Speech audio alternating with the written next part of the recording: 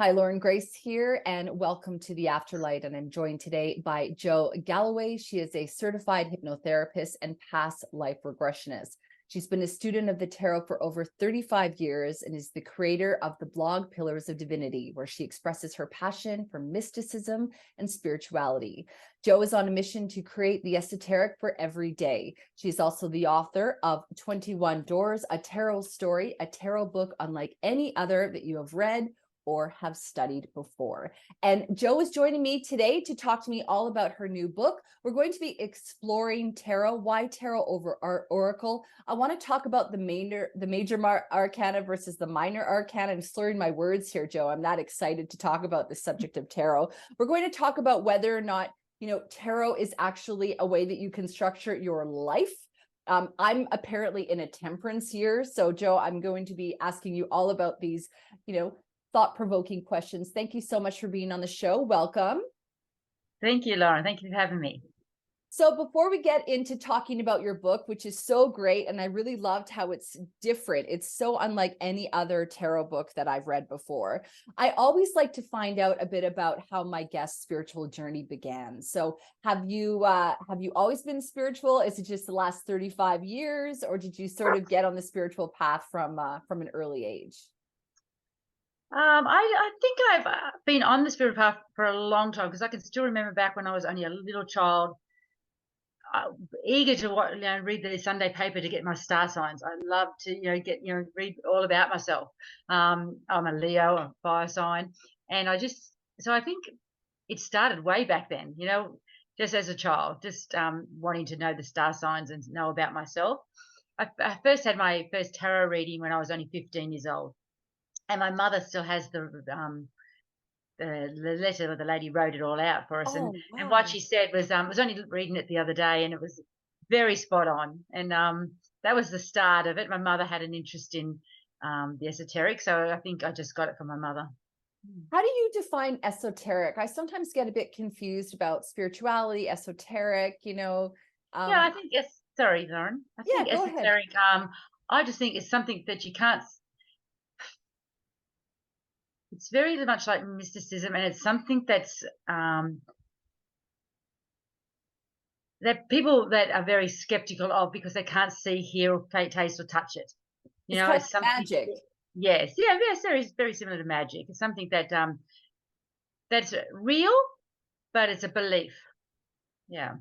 Yeah, I think that, it's funny when you're on the spiritual path or the esoteric path, or I guess both are sort of connected to each other, it feels like we have this window that's, open for all of these other opportunities in life that, I don't want to say the average person, but for lack of a better word, the average person isn't aware of.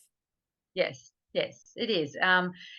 I think nowadays more and more people are getting more new aged. I think they're getting more open to it. I think there's something like 70 or 80% of people believe in angels, and which is a huge growth.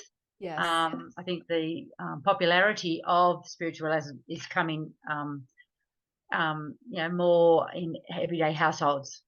Yeah, that's for sure. I mean, you're pretty lucky considering, I don't want to age you or anything, but, in your bio, I did talk about you being, involved in tarot for over 35 years. But the fact that your mother was so switched on at the time, she kind of gave you a really big opportunity there, didn't she? Yes. She's a believer. She is not one that needs to have it in black and white in front of her. She's a believer. So so I think as that young age, taking me to have my cards read at that young age, it sort of put me on that path. My both two sisters are very similar.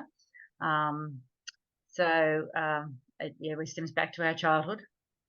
So let's get into, the thing is that you're a past life regressionist, you're a hypnotherapist. There's so many different tangents that we could go on with you, but we are going to be narrowing down the focus today to tarot because, number one, I want to talk about your book.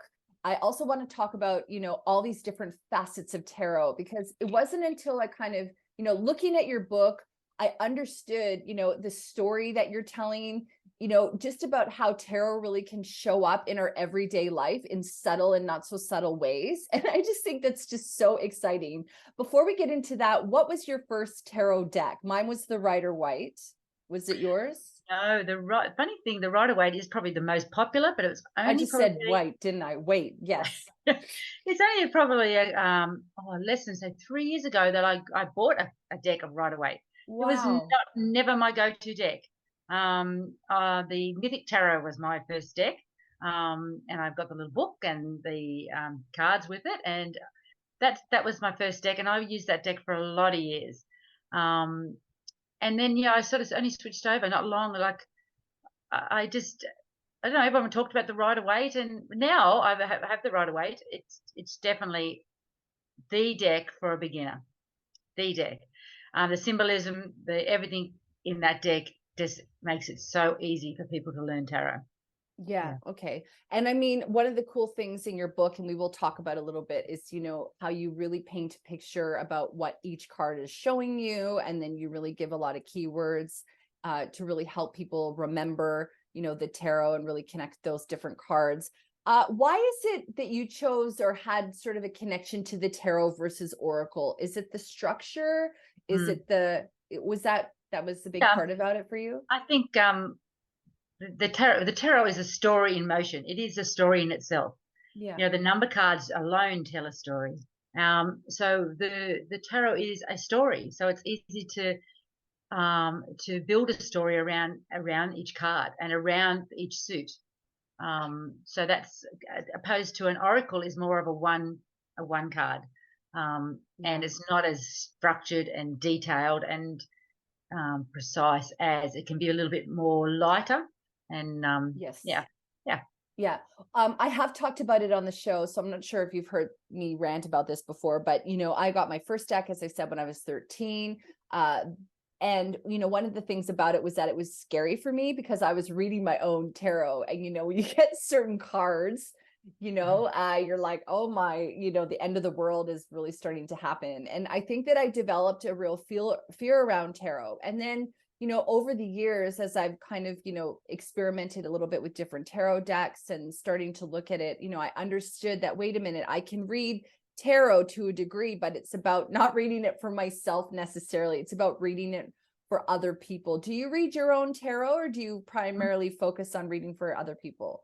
No, I definitely read my own tarot. If I have this is probably what got me into tarot, because if any time I have a big life question, I'm a regular meditator, and I generally always pull a card after my meditations.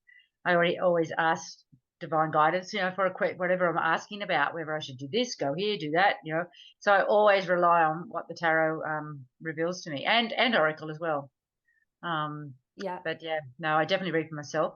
Yeah. Do you have a particular way that you do that? One of the strategies that I heard before is, if you're reading for yourself, let's say you have a difficult time with being objective, to almost talk about it as though you were reading for somebody else. And that's how I sometimes do my own reading. I'll talk about it as though I'm reading for a client. Some people write down the reading and they don't reference it until a couple of days later when they're not as emotionally invested. Are you able to be objective when you look at your reading? Do you have a particular way that, so can you just do that, just become the observer, or do you have a certain strategy? Yes, definitely the observer is the right word for it.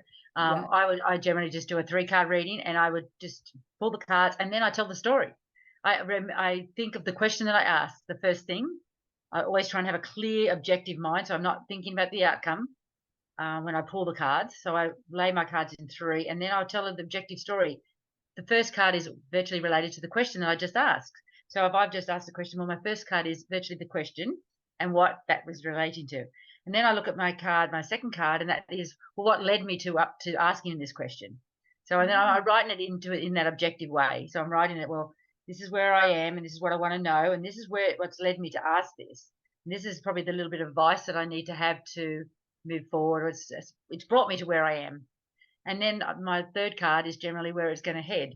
So if I take the advice of what's led me to this, it's going to lead me to this. And so I do it in an objective sort of way.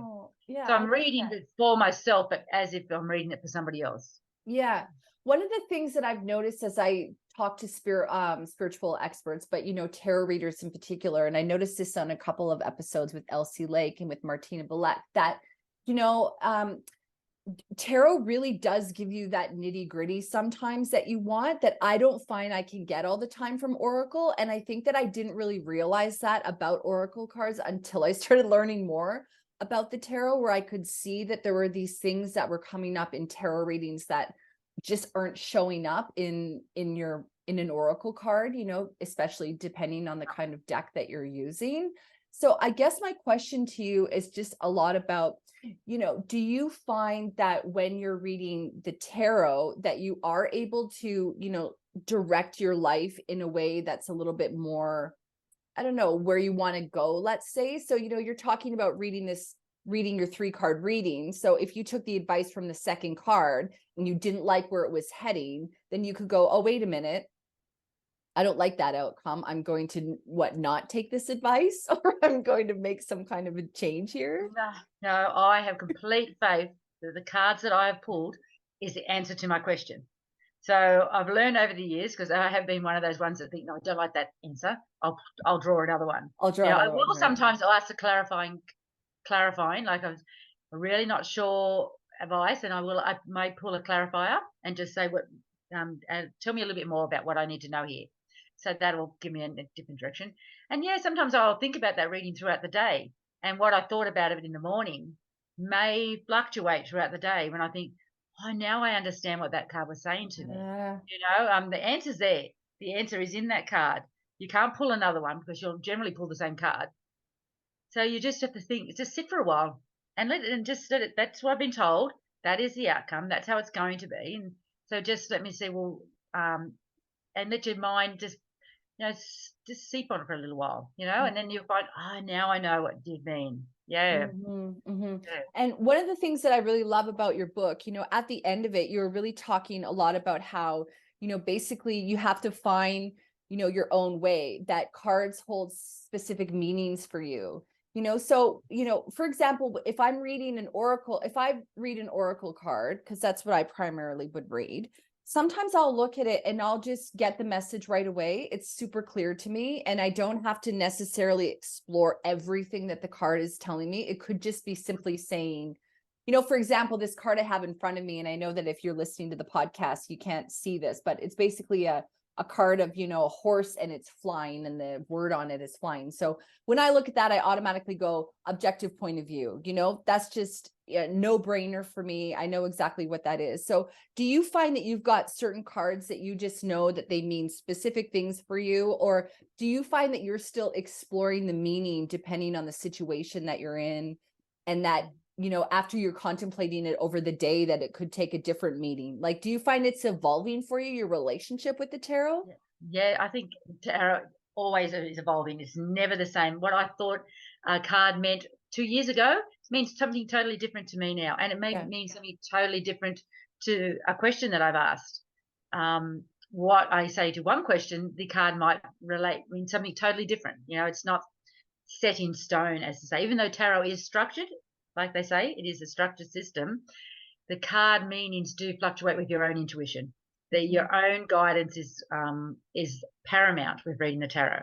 So what your gut is telling you and what your first impression of that card is the right answer. It's not what the book said. It's not what my book said. It's not what you've read or studied or you think that card means. It's that first impression that you think that card is telling you is the true answer. And that's why people struggle to try and memorize all the meanings, because the meanings mean something for one person, something else for somebody else. So coming up with your own tarot book is, I can tell you what I think the card means. Yeah. But it's what it means to you. Yeah. And let's talk about your book in just a second, because there's a lot of things that I want to go into about it. It's such an interesting style that you wrote the book in. I especially love how, the keywords are all italicized. Yeah. So I just think that's fantastic. I do want to ask you, though, whether or not you read reversals, in your particular, because I don't think, No, never have. I've never have. And I don't think I ever need to. I mean, I totally believe and understand why people would explore a lot more with reversals. But I always find just the tarot alone tells me enough upright without having the card being reversed. And I think trying to teach people tarot, which is mainly what I aim at, adding reversals just makes readings clunky. It just confuses people when they see a reverse. Sometimes I see a reversal, and sometimes I tell people to go back to the card before it. Maybe that would help.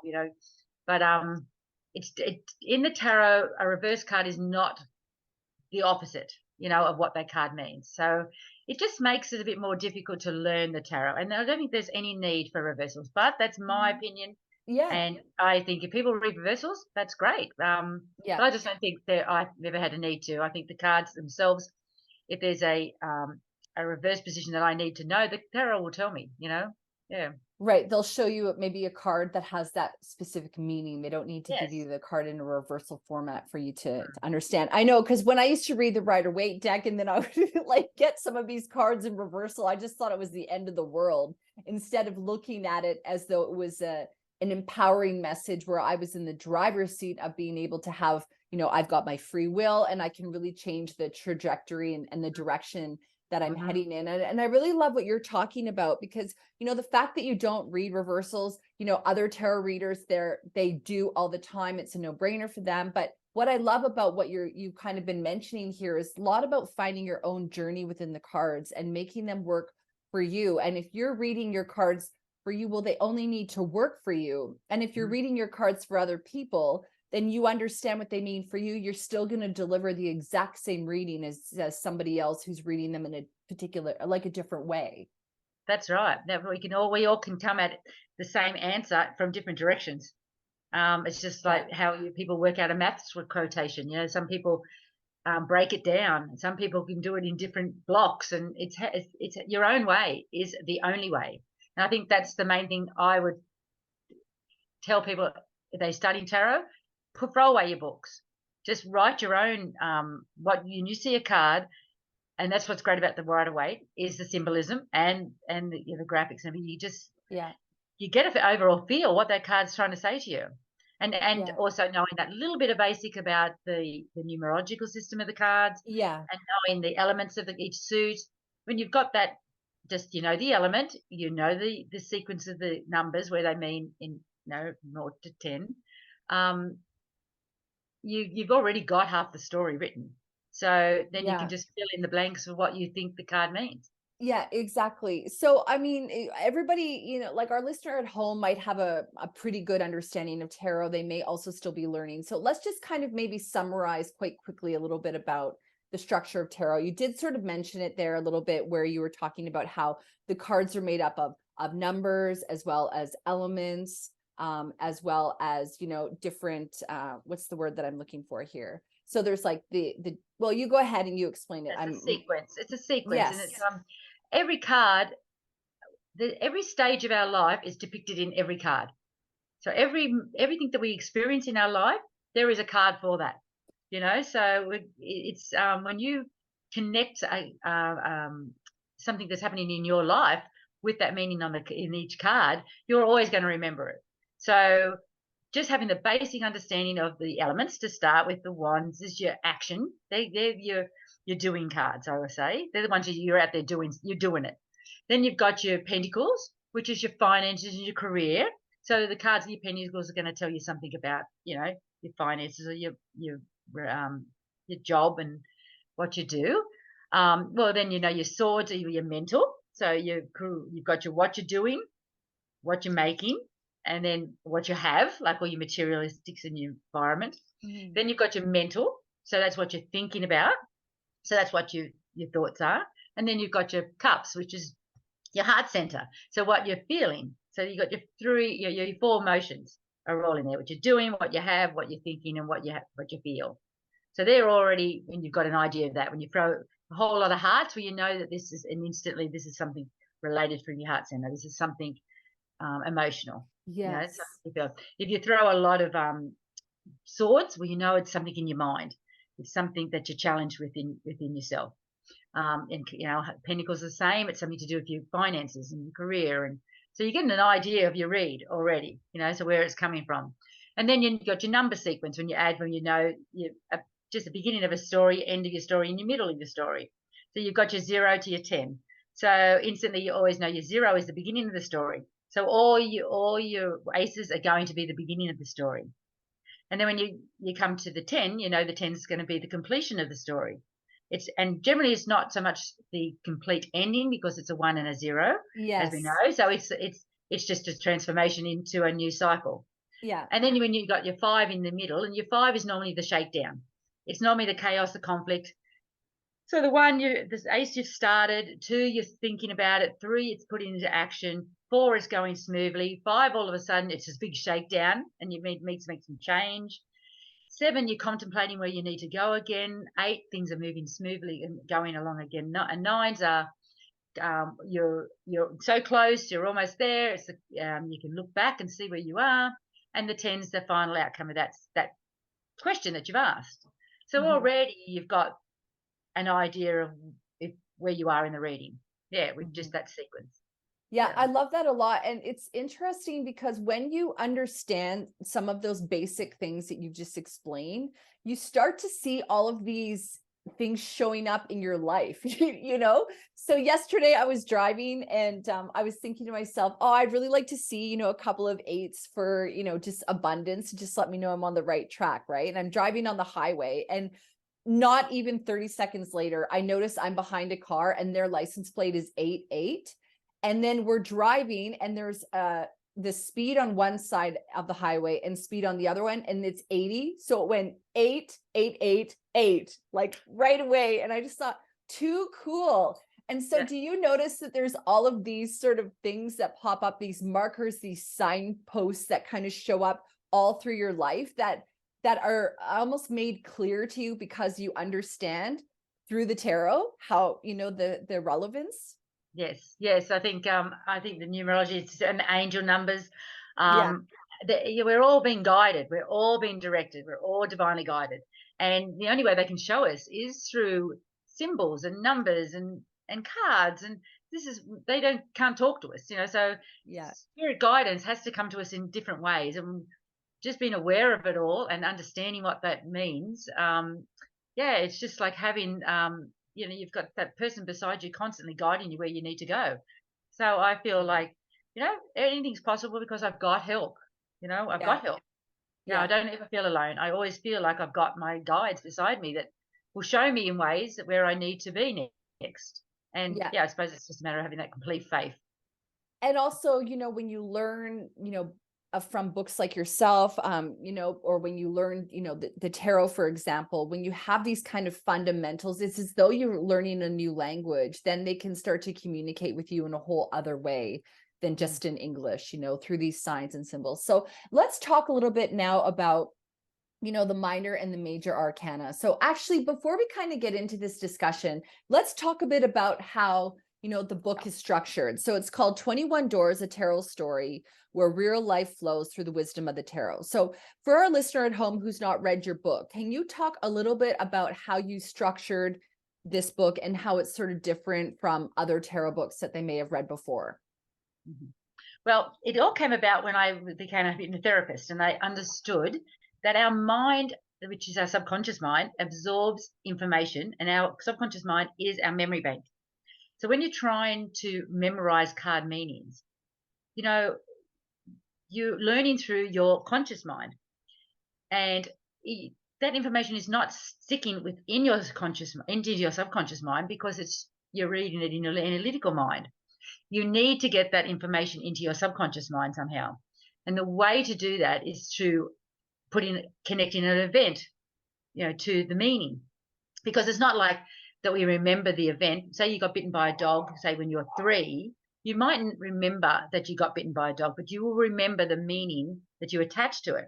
And if you put a meaning so that all dogs bite and you're totally afraid of dogs, and 20 years later, you can still have a fear of dogs. You mightn't remember being bitten by a dog, but you remembered that meaning, that all dogs bite. Right. So connecting a meaning to an event gives our subconscious mind something to connect it with. So then it got me thinking about why everybody, including myself, could struggle with the card, and you look it up in a book, and then no sooner have you read it in the book, then you pull the card in the next reading and you think, I don't remember that. You just read about that card yesterday, but I don't remember it. So, but if you connected a meaning, event to it, you will remember it. So, so then I thought, well, that's what I would do myself. I would pull a card a day, and then I think, well, how does that card relate into my everyday story? Just every day. Just what am I doing today?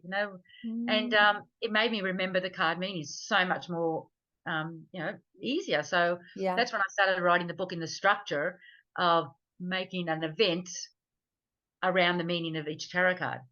Yeah. And so what you've actually done is you've followed the life of a family. You've kind of created this story where, basically follow this family through their trials and tribulations, through their successes and their not failure, I guess failures, their challenges, and you've done it in a way that it's really relatable for the person reading the book, where, I think you can see yourself in a lot of these stories, but you've also done it in a way where you've kind of made it very clear that, everyday lives are reflected in the tarot, as you've said. And when we were talking at the beginning, of our hour here, you're talking a bit about how no matter what you're going through, there's a tarot card for it. Yes, and that's why when you start connecting, see, all events don't have an inherent meaning. Event doesn't have a meaning. It's only a meaning that you give to it. So when some people put a meaning on, I make this example in my book, that it's raining, and if it's your wedding day and you look outside and it is raining, which is the event, you have this feeling of devastation and sadness and anger, and oh my God, the rain, you put in a meaning on the event. But if you're a farmer and you're in a 10-year drought and you look outside and it's raining, the rain, which is the event, means joy. Oh my God, happiness, elation. It means so it's the same event, but you put a different meaning on it. So this is why it's so important to put your meaning onto each event and each card. So trying to read somebody else's meaning about what they think this card means is never going to stick within your subconscious mind, because it has no meaning to you. But when you put your own meaning on it, and there's no right or wrong, so it can't be say, well, that's not right, but it's right for you. So when you see that card in a reading, it's right for you, and that's it's easy to read than trying to remember what someone else has told you that card means. Yeah, no, that's exactly right. And, like when I'm reading, going through this book, I was like writing down, different notes and highlighting things and stuff like that. There's so many different terms to try to remember. There's so many different things, but, when you read this story and you understand that, okay, they've started a business, they had success and the challenges within the business. They sell the business, there's challenges within the family, the kids are growing up, they're learning, going back to the past about breaking up and relationships and things like that. You do start to see it and you go, oh, okay. So if I can kind of remember a little bit about, how, I don't know, like, these cards can show up in these different situations, then you can kind of start to create your own meaning. So do you, when you get people to read this book, do you get them to read the book to kind of start to see that there's a story that's being told here and they can look at it in a different way? Is that kind of a big part of the motivation, is to say, hey, like, look at this family with a business, and then these are the different phases that they're going through? Or how do you kind of want people to use this book? I think the book is just to outline to people that how each card represents an event in your everyday life, so they can think of, like you said yourself, there's you can see a card and then you can think, oh yeah, I remember that happened in my life, and then that will make you remember the card. You'll remember that card because you're connecting that time in your life. And a tarot story is just telling a story, but it's trying to single out events that happen in everybody's life, right? At some stage you will relate to everything that Karen and Tom went through. Falling in love, how they met, or when they started their business, or separation from each other for a while, how each was going through that and how they were all handling it. And and if you can put yourself into those positions, and even not exactly as Tom and Karen's, but similar, you will remember that similarity when you see that card next. Because it'll remind you of that event that happened in your life. You're right. Right. I did that. This is what I did. This is all the emotions that I came up for me. This is how I handled it. This is, the outcome of it all. And this is, so when you see that card, you've already got a story all around that card Yeah. that happened in Yeah. your life. And generally, with your intuition, your intuition will pull out what you need to say about that card. Yeah. You know? So I guess a big part about, the motivation here for the book as well is it's helping you to build your relationship with your tarot, to use your tarot as a tool to assist you to create a powerful life. I mean, that's the thing. Yeah. This Yeah. book is And written for people who are working with the tarot or want to work with the tarot in order to enhance their life, right? yes. Yeah. And form a deeper connection with each card. Yeah. So form a connection with each card on a personal level. So it relates, it's something, it's in your subconscious mind. So you'll never forget it.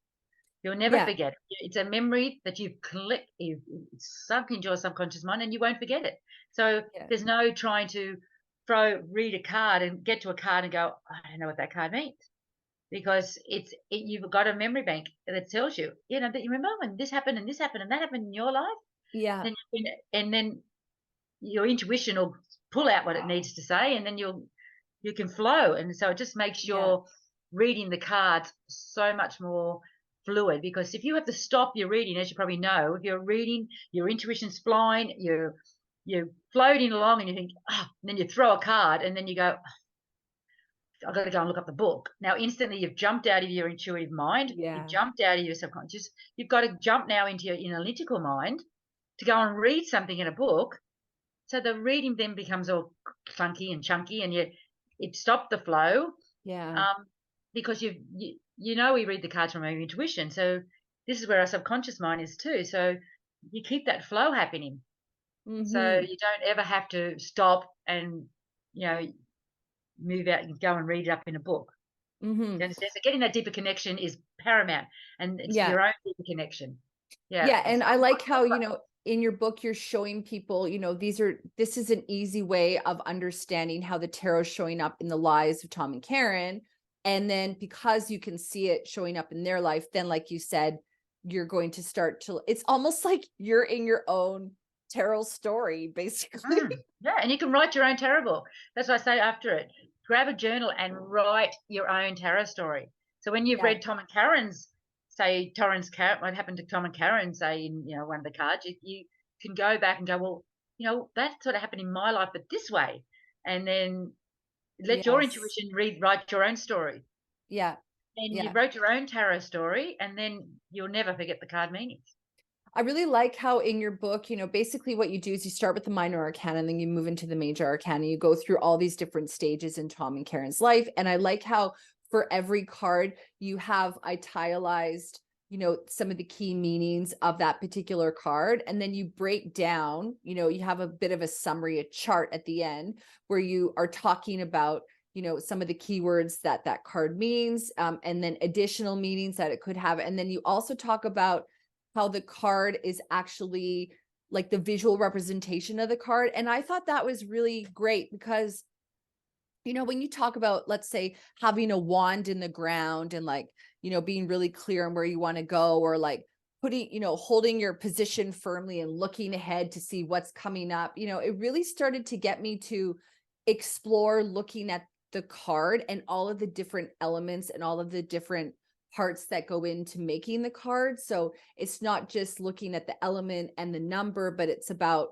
well, what direction is the character looking in? How many people are in the position? Are they joyful? Are they not? Is there challenge? Are they standing up straight? Are they bending down? There's like so many cool little things that you look at, when you're exploring these cards. It's so easy to see how it'd be overwhelming to try to remember everything. And so I can understand that, building your own story and creating your own meaning is really, it's paramount in a way. Yeah. So that's how that tarot story is how I learned to master the tarot. I've been reading, like I said, for years. I've been playing with the cards for many, many years, but I never really mastered it.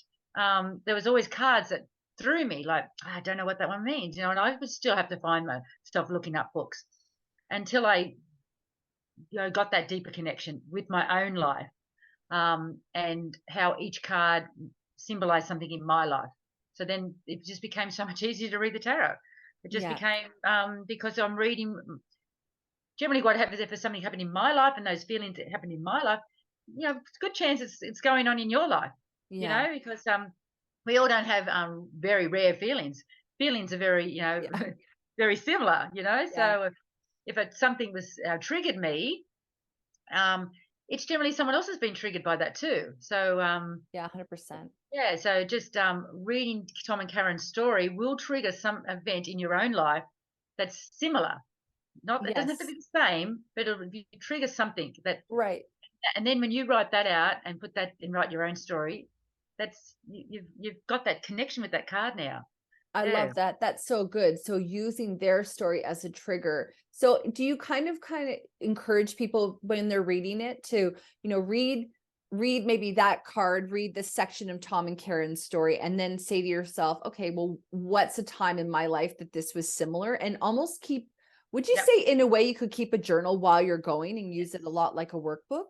Yes. I highly recommend writing your own tarot story along with Tom and Karen's along with it. Yeah, that's great. I love that. So as you read, just say the story of the wands. Just say you just read the story of the wands. Then you get the idea of the story, what happened in the wands. Where they started their business and how they were feeling at each stage for each card. Yeah. When they the overworked. Lots of decisions, With 3, they've already started but they weren't sure where it was going to go. But 4, it looked like it was going to be a great success, and everyone was stable, everyone was happy. It was time to celebrate. Yeah. And then 5, oh shit, big shakedown. Yeah. Competition set in. 6. Yeah. And there's a bit of change has to happen, and and it's something in your life like that has happened. You picked, everything was running so great, and then damn it, that happened. But then we got our feet back on the ground again, and we were smooth sailing. And then we took a vacation. And we took a vacation, but then all of a sudden we're feeling really bogged down. We're really putting the hours. We're not looking after our self-care, and we're starting to really suffer. And now we're thinking, oh my God, I don't know if I can be doing this. Because you've all had times in your life where you started something, and you just thought, oh my God, the workload is way more than I thought it was going to be. Yeah. Like, should I keep going with this? What do I keep doing? And you get to that, bridge. So if you write your own story, when you see that card, it's going to remind you of that time in your life. Like, I love that a lot. That's so good. So would you say that the minor arcana is more of the day-to-day and the major arcana are more significant events, or that's how you would describe it? Okay. I see the minor arcana your day-to-day, what you do every day, what you think, what you feel, what you have, where you go, what's happening. Yeah. It's what's going on. And then the major is the overall vibe, if that's a word, vibe. It's the overall essence of how it turned out and how it's going to be. It's the big picture. It's not a doing card. You're not doing anything. You're not feeling anything. It's the overall essence of the whole situation, sort of thing. And that's when I look at Tom to go back and reflect. Then with the major, he's not doing anything. He's reflecting back on the minor events that went on in his life, but putting that the answer to it over it. It's like the big answer to it. This is what happened, but the major is giving you the whole essence of it, the whole vibe of that. Right. Like, for example, I was a fool. I took a new risk. I tried something different. I, went out there. And so you would kind of put that energy on top of maybe the new business, for example. Yeah. So that the major sort of emphasizes that stage, like, it's a doing card, like you're going to do this. And it also brings up all that whole feeling of doing it. That whole feeling of breaking out in something new, stepping up and doing something new. Everyone's looking at you like you're an idiot. What are you doing? Freaking hell! But you don't care. You can see the big picture. Yeah. You're the fool in this. Yeah. So you're not exactly doing something, but you're feeling it. You're feeling that essence of it. And same when you move on to the magician, you've moved. I sort of like to tell the story when I tell the story of the majors in the point of the story of the fool. The fool being Tom.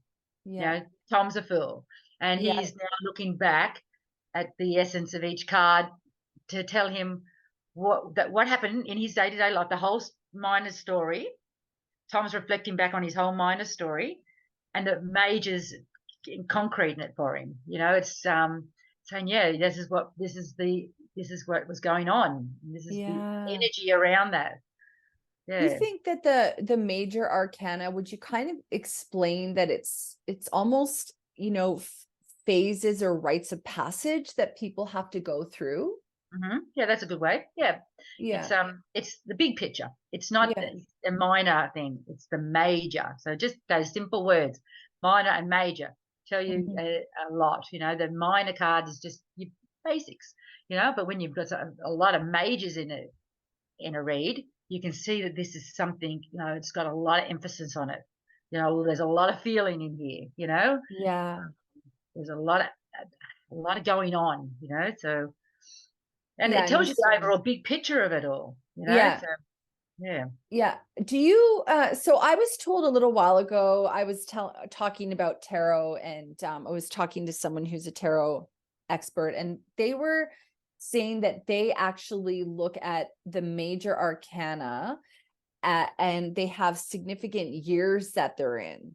So for example, they told me that last year, based on my age and when I was born and stuff, I was in a death year, and now I'm in a temperance year. Do you look at that for yourself? Have you ever heard of people using it? I have heard that, but no, I've never used that. Yeah. Do you think that, in your experience that, you don't have a theme per year? You have kind of themes that are just happening depending on the cycle that you're in or the different phases that you're going in? Or do you have any thoughts? Did you not gravitate towards that for a particular reason, or just not for you? No, I just sort of read when I've been a fire sign, and I want the answers, and I expect the answers I'm going to get are not going to be like a year away, 6 months away. I'm a very one person. I'm a very direct person. So when I ask the cards, I don't want the big picture. I want what's happening now. What's going on? How's this going to work out? Is this worth doing? Am I in the right path? Should I? What obstacles am I going to face, and am I prepared to face them? Right. And also, who wants to be locked into that one type of major arcana for the whole year? Actually, while you're talking, I'm like, I don't know if I want that. Yeah, I suppose it's yeah. I've heard of it. There's so many different ways people read the tarot, and that's why it's so cool. It is so personal, and it's not wrong. There's no wrong. There's no right or wrong way. Yeah. There's no look. And everybody has summer, autumn, winter, spring. This is going to happen in the summer. This is going to happen in winter, spring. Everybody has different. There's so many different stories about how the tarot story is. Yeah. But there's only one tarot story, and it's your tarot story, because you're the reader.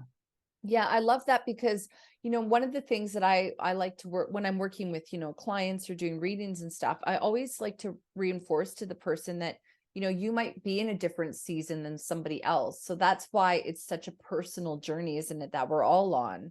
You might be in a completely different phase of your life than me. So it's not a comparison. It's just looking at, our lives in different ways. And, the tarot can give you that sort of that window, into what's going on. How important is it in your experience to identify who you are in the tarot, and also who the people around you are? Okay, well, see, a lot of times, no, not a lot.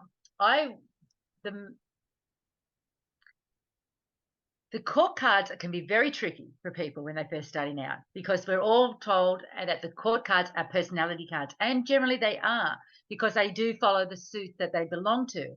So if you get a Queen of Wands, the same, you can just imagine that she's outgoing, she's outdoorsy, she's a doer, she's a goer.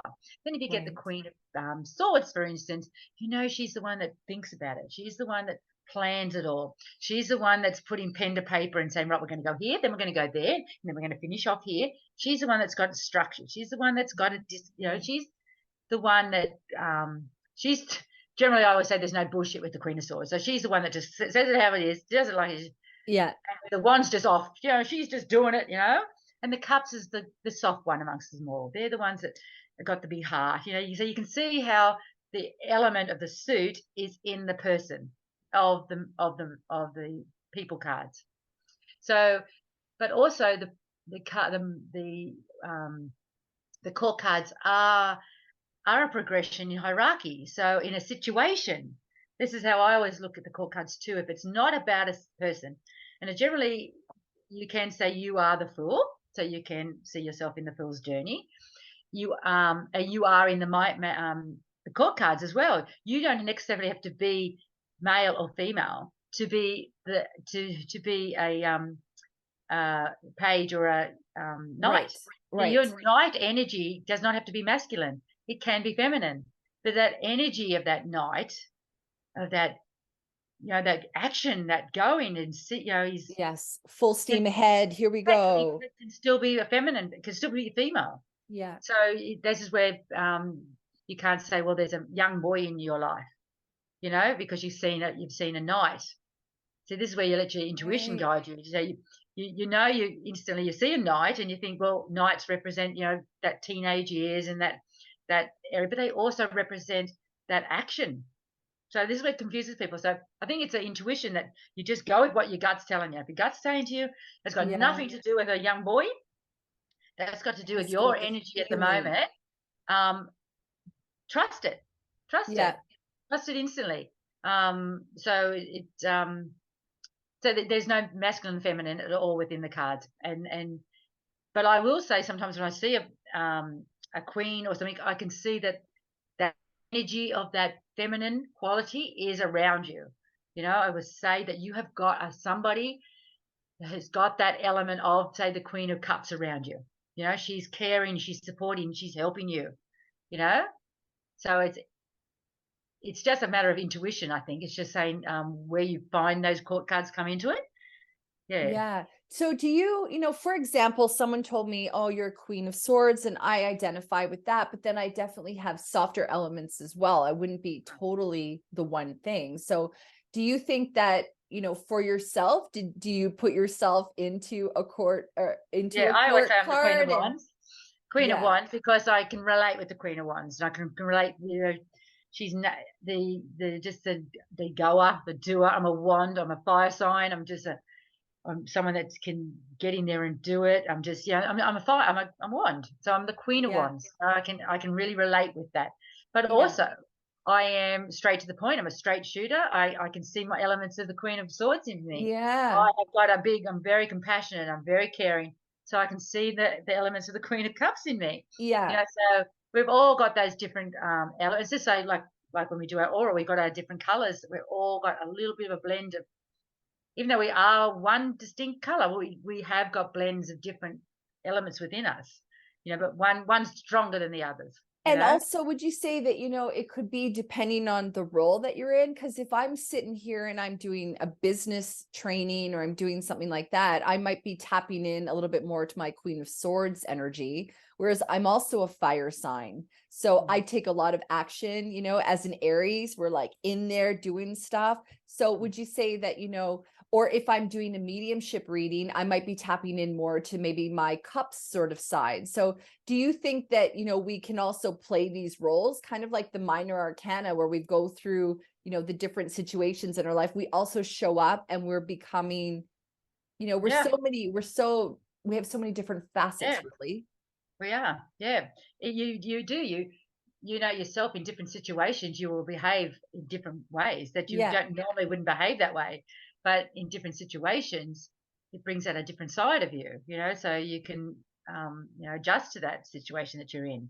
So we still have our core and who we are, and you won't change that. You'll never change that person that you are, So, but we've all got these other little blends that we've learned over life, and I think that's life experience that's taught us to be, and that's why you can't put an old head on young shoulders, because just age, you're naturally going to be a lot wiser because you've experienced a lot more things and you've come through a lot more things, and you can look back now and go, oh, I only knew that back then.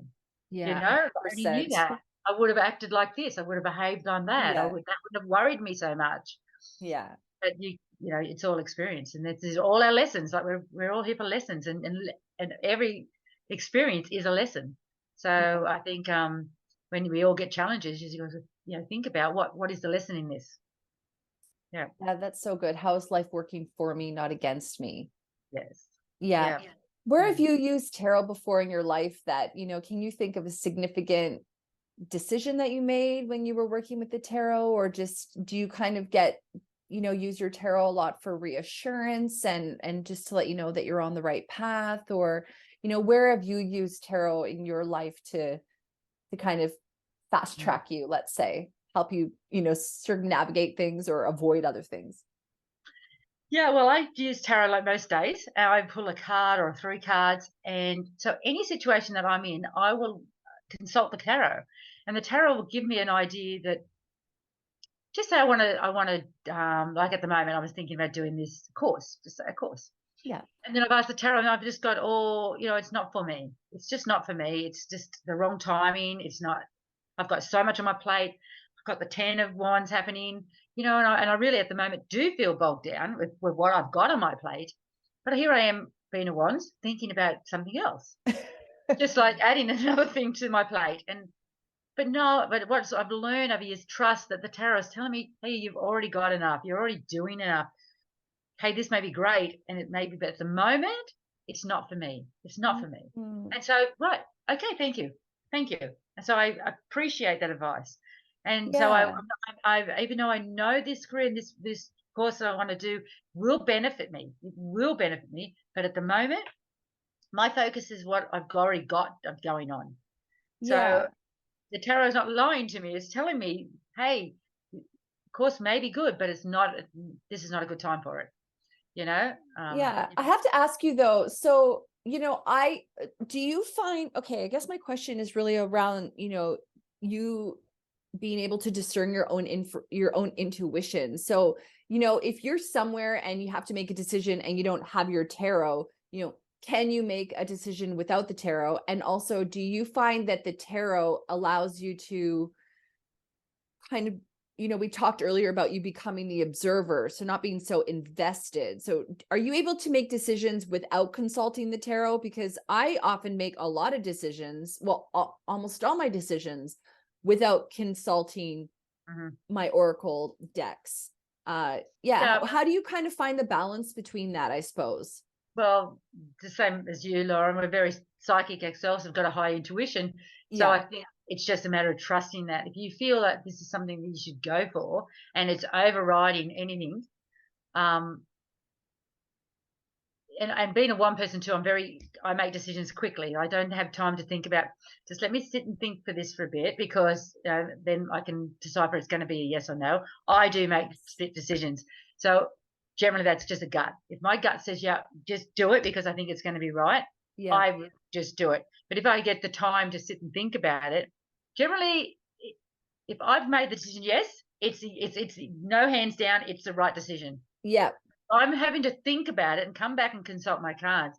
There is a black and white. There is a grey area there. It could go either way. I could go either way, but generally, if I make a decision it's a yes, it's a yes. Yeah. If I make a decision it's a no, it's a no. But if I sort of think, I'm thinking about this, let me get some perspective here. And then, but if I think about it a lot, then I think, well, that's the universe telling me that leading me there, Right. But once I've asked the cards, once I've thought about it, and I think, well, I've looked at the positive, the negatives of doing this or whatever, having this, and I still haven't come to a decision. Well, that's my answer. Just it's not now. It's just, it might be right, but it's just not now. Yeah. And I mean, I understand it because I'm a fire sign too. I think we get each other in that way as well. And, it's like when you know something to be truth, you just know, you don't have to question it. But you're right. Sometimes you get in the position where you go, well, maybe I need more information, or maybe, this person, I told them something, and now their opinions all of a sudden muddling me, or I haven't been doing my cord cutting or my cleansing enough, and now I'm bogged down by like 25 opinions and I've got to get a little bit of perspective. So I can see that you wouldn't use it for everything all of the time, if you're in the middle of having to make a decision and your cards aren't helpful. I'm just running to the bathroom, I've got to consult my tarot. Exactly. But generally pull up my travel tarot. I generally do my cards most mornings, so ask me how my cards, and if I have got something that I've been thinking about, I will ask my cards. But if I'm out and as I get put in a situation where I need to make that decision, whether we're going to do it now or we're going to get it now or we're going to do it now, my intuition will kick in and go, yep, this Yeah. feels good. Yeah. This, And that's what the no, tarot is. I'm just thinking, this is not for me, like. Yeah, So, exactly. Yeah. And your tarot is your intuition showing up for you in another way. But, I think we have to go back to what we were talking about earlier, which is it allows you to get out of your own head and look at it in a way where you're not so emotionally invested in wanting a specific outcome, where you can look at it and go, oh, I can get a clearer picture of what's happening here.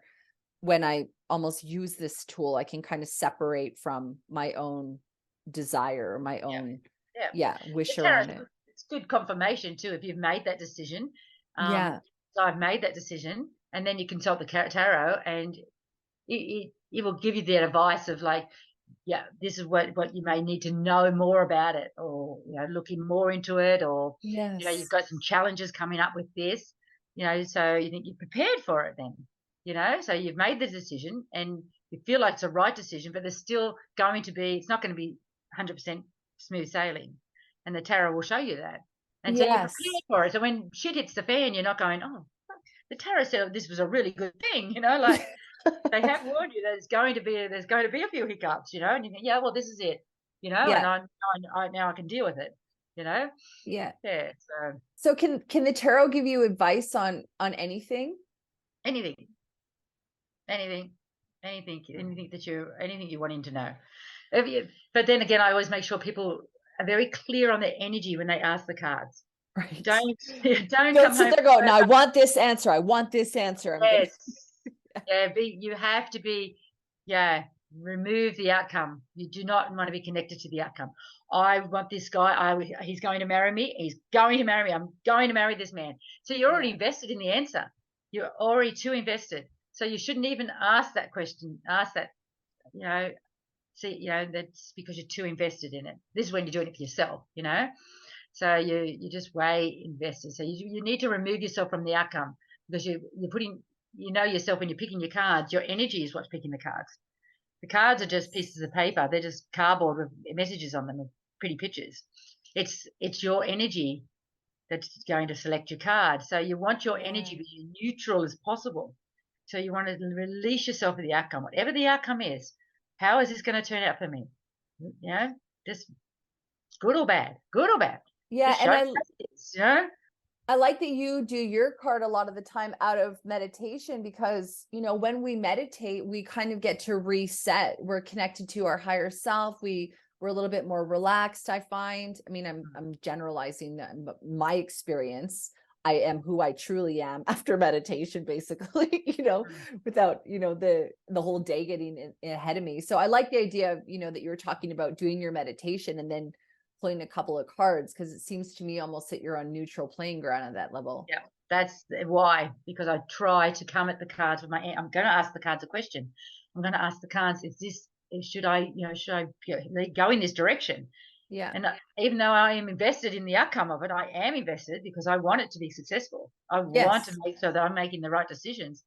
But I'm happy to say for the tarot to say to me, no, it's not for you. I'm happy for them to tell me that, because I don't want to invest time, money, energy into something that's only going to fizzle out, because the tarot told me, this is not for me. But being a wands person, I'm getting it anyway, so it grounds me. I think meditation grounds me enough to ask honest answers.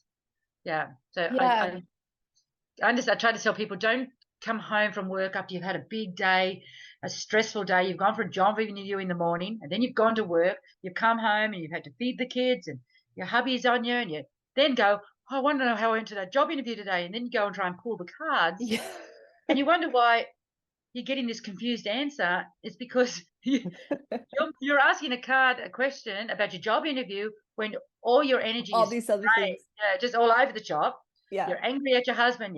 Your kids are annoying you. You've had a hectic day, and then you're wanting to ask a question, and you're getting this answer. You think, well, that doesn't answer the question, and that's when people get confused with the tarot. That's when people think, I can't learn the tarot. I don't understand it. it's only because they're not coming at the cards with a clear, neutral energy. Yeah. And they're not looking at what the card is saying. They're coming in with the preconceived, well, this is the answer that I wanted, but they're not noticing the small little intricacies around it. And that's what I really loved about how you're explaining that in your book. You were saying, look at the image here.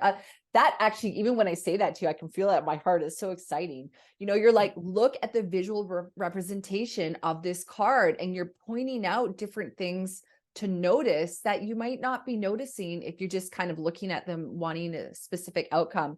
Your little story there just reminded me of the other day. I was like, I think it was just a lot in my head, you know, Queen of Swords energy and all that.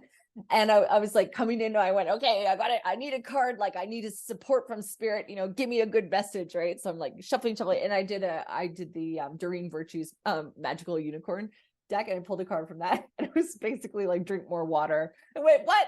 This isn't, you know, the guidance that I wanted. And then, you know, later on, I was talking to someone and they said, no, water is good. Like it clears your energy. Like clearly you need to clear some stuff. So it was just sort of funny. I was thinking about what you were talking about, how you're all afraid and you're like, want some great validation from source, and they're like, drink some water. So it was just funny.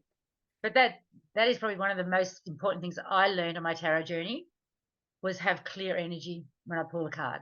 Yeah. That was probably the biggest aha moment of all my years of learning tarot. Because, you know, when I want to answer something, I've already got an expectation in the answer. I want the cards to tell me it's going to be good. I'm invested so much into the answer. And then I get a confusing answer and I think, well, that didn't answer me. And then you think, oh, tarot's it's a waste of time. Doesn't work. It's too much. But when you do that, take that time to just center yourself, breathe, ground, and then come at it like, you know, just let me know how it's going to be. You know, what do you expect from this? You know, what should I expect from this? You know, good or bad, just give it to me. Show me how it is. You know, and then you're opening yourself up with getting a clear answer, and then trusting that answer and trusting what you read, what you see, not what does that mean? You know, because instantly the card, as soon as you look at a card, you can virtually get an idea whether it's a good card or it's like a cautious card or it's a, you know, so you sort of get, oh, okay. And then if you don't understand the meaning, then you can go, well, I've got my cards now. I might learn a bit more about what that's meaning, what I think it means, and then go and add more to it. And then just your validation. Yeah, I got that right. That's what it means. And that's what it means for me. Yeah, I love that a lot. And also it's empowering, isn't it? I mean, where I used to read it and look at it and go, it's the end of the world. I mean, this is obviously when I'm a teenager, you know, and everything's the end of the world when you're a teenager.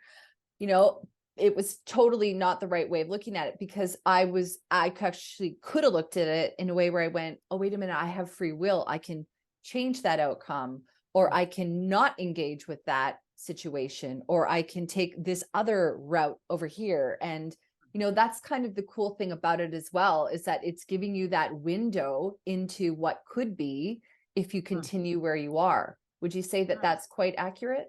Yep. And that's why coming at the cards with a clear energy and then not asking the same question 10 times, you know, because you've got your answer.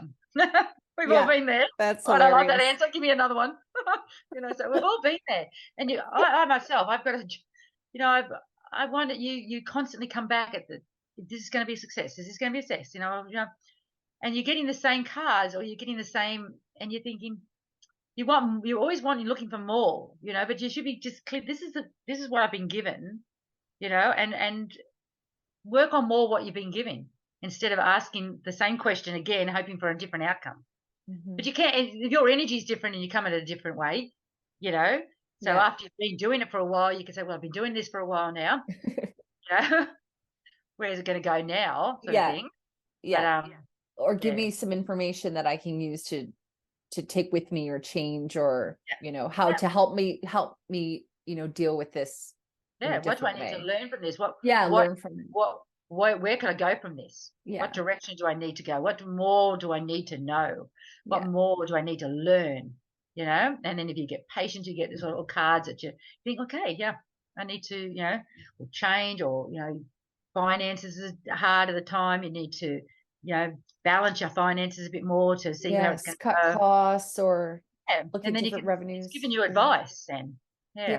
Yeah, I love So that. It's like a the friend. second thing is also not only coming at your cards with a clear energy, and wording your question, wording your question. So you're giving it to not a black or white. It's not a yes or no answer. I don't want a yes or no answer. I want to know, that all about it. You don't want to say, is this going to be good? You want a yes or no. You sort of say, Right. tell me a little bit more about this. Yeah. About this situation. What do I need to know about this situation? Instead of saying, is he going to marry me? What can you tell me about my relationship with so and so? Yeah, because Because life isn't black he and may be white going to like marry that. you. He may be going to marry you. You may get a yes card. He is going to marry you. If you ask, can you tell me more about my relationship? You're going to get more of a, yeah, you may marry him, but it's going to be shit. Like it's not going to Yeah, work out well. You're going to get your exactly. yes. So you want the whole big picture. You don't want to just know the You basic don't yes want or a no. surface level. You want to get Yeah, deep you into want it. to And I think, word your questions well. Word your questions so you get an overall vibe of the question, not just a basic black or white yes or no. yeah, So that's so be good. clear on what you're coming at the cards with. So no outcome. You're not connected to the outcome at all, and phrase your questions right. Yeah, And then wonderful. if you do spreads, you do a spread for a reason. So generally you get, I first of all look at a spread. I get the overall picture if there's a lot of majors. I look at there's a lot of wands or a lot of cups or swords. So I get an overall, this is about your relationship. This is about your finances. I get an overall picture of what you're asking about. Then I always think about what was the question that you asked about. So then whenever I come to every position, so if I go in the past position, so she asked this question, but this is in a past card. So then always remember the card you're reading is in the position that it's in. So that helps too. So when you're Right. answering that question, you're answering it from the position that the card's in. So you wouldn't give somebody the answer for the outcome from the past card. So you've got to Yeah. decipher your spreads and be very clear on your spread before you lay it. Don't move around. I think when you're going to ask the cards something, you're very clear on what you're asking right before you touch the cards. Even before you start Yeah. shuffling, you're very clear on what you're asking. Don't That's really be good. Yeah. shuffling the cards, thinking about all this different stuff, got no idea of your question, and then, but you know in your gut that this is what you're asking about, and then follow your cards, and then you go, I don't understand because it's not relating to your question. Your positions are all over the shop, and you can't read it. There's no reading there. There's no story. But when you've got the story, you've got your question, you've got your past, your present, your future, your outcome, your challenges, your hopes and fears, your dreams, or whatever, your environment, however you do your spreads.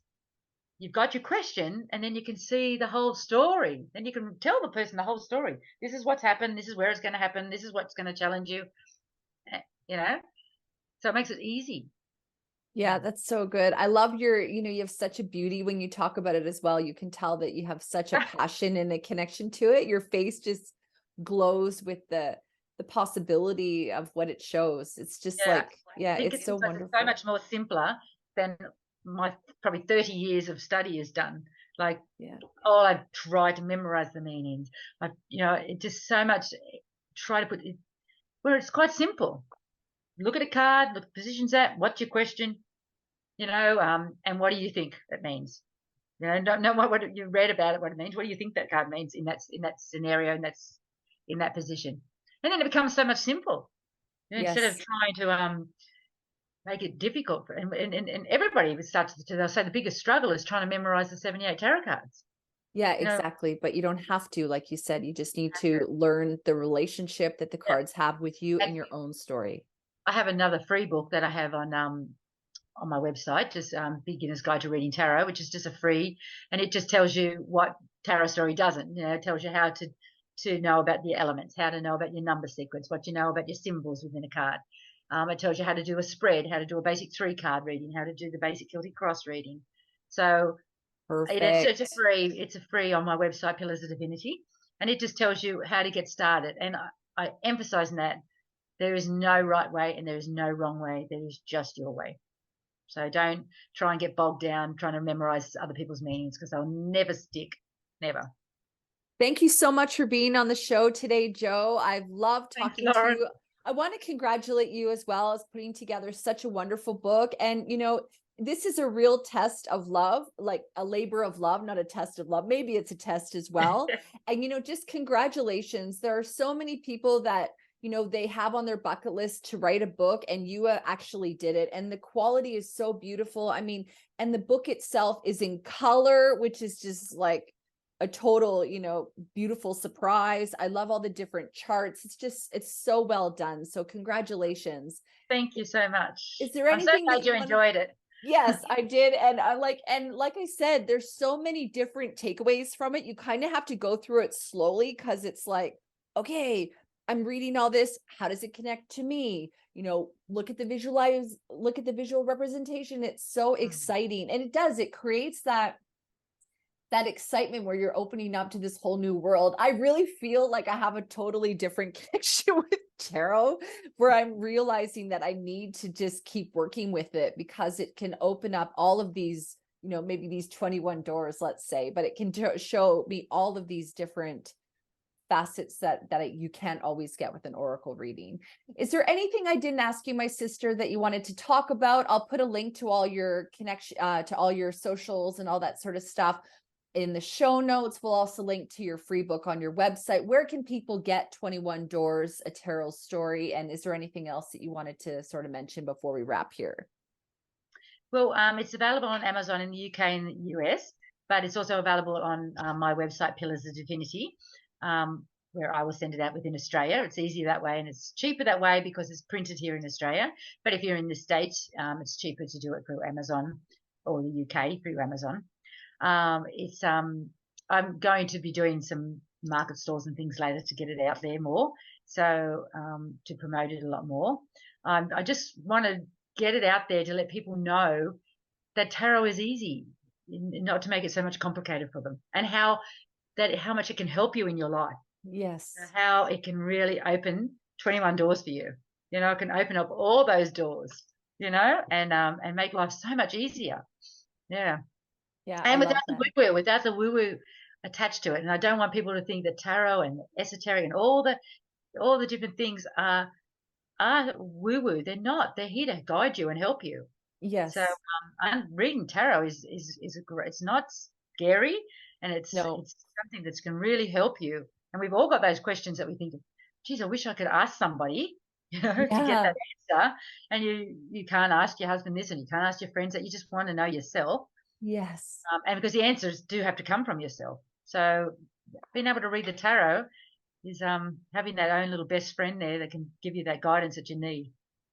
I love that. That's so good. Well, thank you so much. I know that you're working on another book, which is all about auras, and working with and so we'll definitely have you on when that's ready, because that's going to be hella exciting. So thank you so much for being here. And I really loved our conversation today. Thank you so much, Lauren. I'll talk to you soon.